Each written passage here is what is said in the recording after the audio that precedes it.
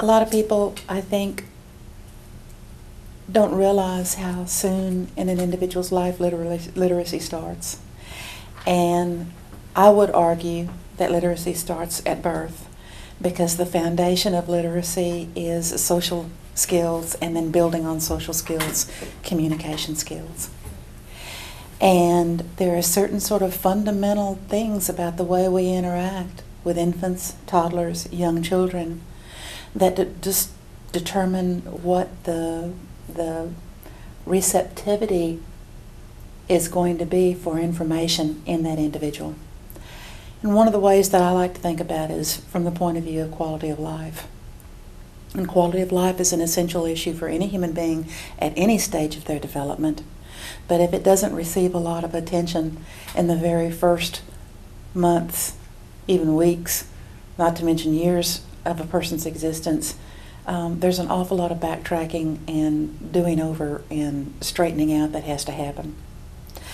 So one of the first things that my colleagues and I did, knowing that this was such a hugely important issue, was try to find a definition of quality of life.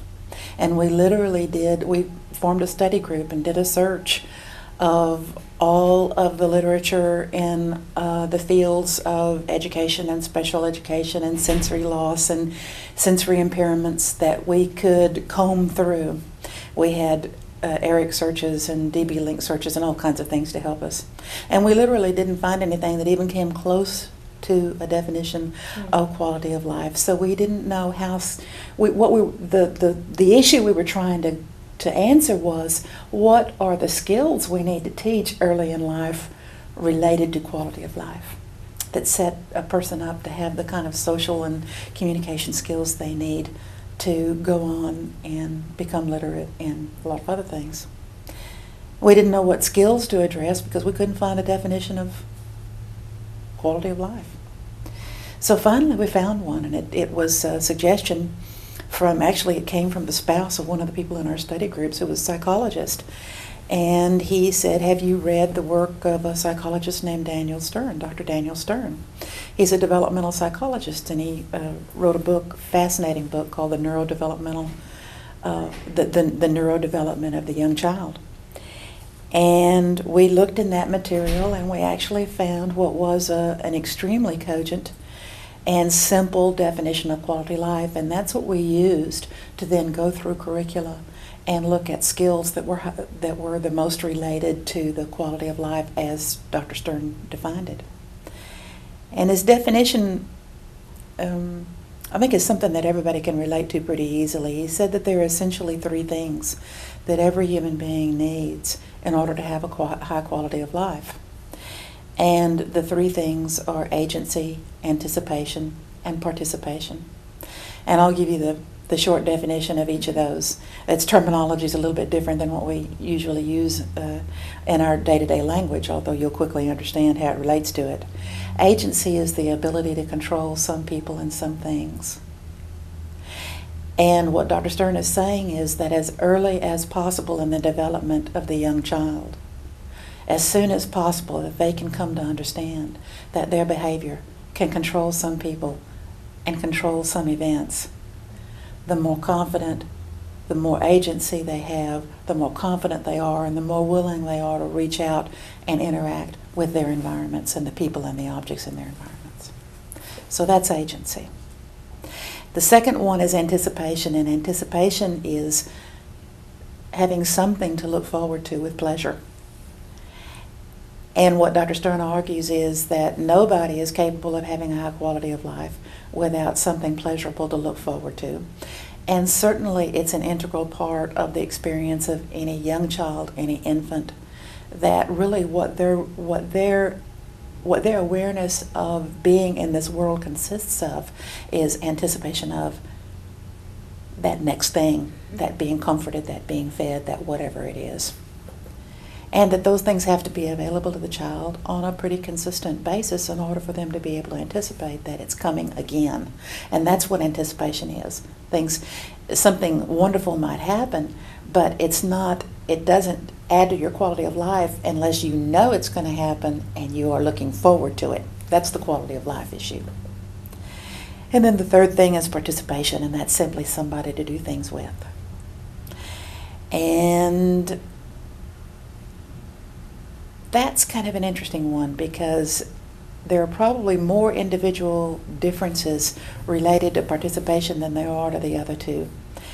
And it seems as though individuals, people really come into the world with kind of a different need for social contact. And nobody knows whether that's innate or not, but certainly by the first few months of life, some of us need more participation with other people and some of us don't need quite so much.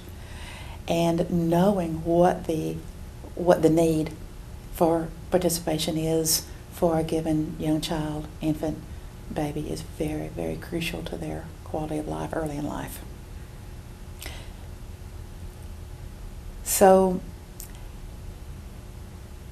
I think the easiest way to relate to these three quality of life issues and appreciate how significant and how important they are in all of our lives is to think about what we do to punish people.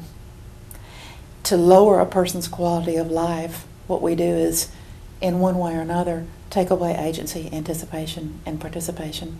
And so if you think about, for instance, the penal system, the first thing we do to somebody who is in jail is take away as much of their agency as we possibly can.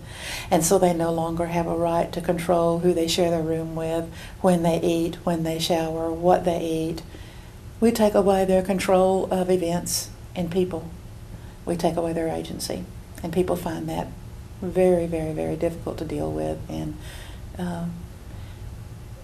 children are always at risk for not having enough agency. They're probably the most at-risk segment of the population for not having enough agency by virtue of the fact that they're little and people can physically make them do anything they want to for a long period of time in their early experience. Knowing how important it is for, as soon as possible, as immediately possible, a simple example would be to offer the bottle and wait for the child to look at it and then respond by giving it to him. That gives an infant agency. Compare that to the difference of picking up the child, taking the bottle, and just pushing it into his mouth. Mm-hmm. So agency issues. Similarly, when we want to punish an adult, if you want to take away anticipation, what we do is take away privileges. And we do this with our teenagers and everybody. We do this with young children in school too. Everybody knows this phenomenon of being punished by having what you look forward to taken away from you. And that's what's punishment. You look forward to it, you really want it, and it's very difficult to deal with if you don't get at least some of those things that you are looking forward to. What's horrible is when people are in a situation where nobody is going to the trouble to make sure that they have something to look forward to or to available to them. And unfortunately, we know where there are children in this situation, where they're in a school where there's a very rigid curriculum, for instance, and they really desperately want to be learning about this, but the teachers decide they're going to learn about that.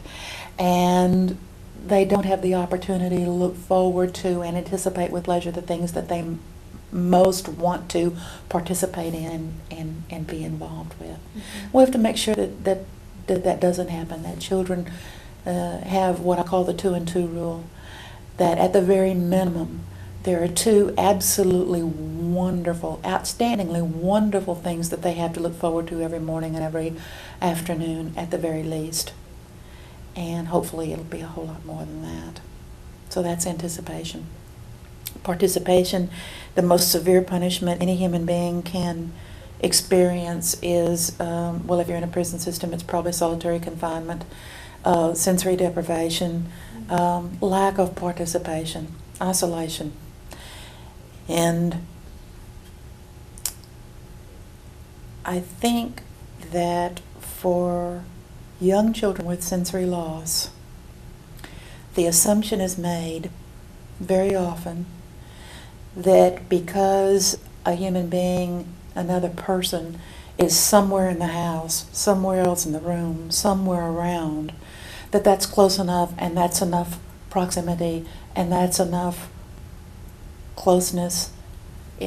usually isn't. It usually isn't for any child, but especially not for a child with a sensory loss. Participation doesn't just mean the physical presence of another person. Participation means the presence of another person who's doing something with you, who's sharing something with you, who's interacting with you. And nobody can pull that off 100% of the time.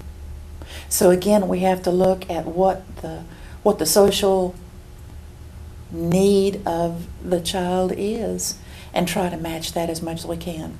Of course, parents have to go off and cook and vacuum and wash clothes and do all of the other things they have to do. But if they can do those things and come back and spend 5-10 minutes playing and sharing and interacting with the child, that's usually enough. Without the direct interaction piece of it, the quality of life is impaired.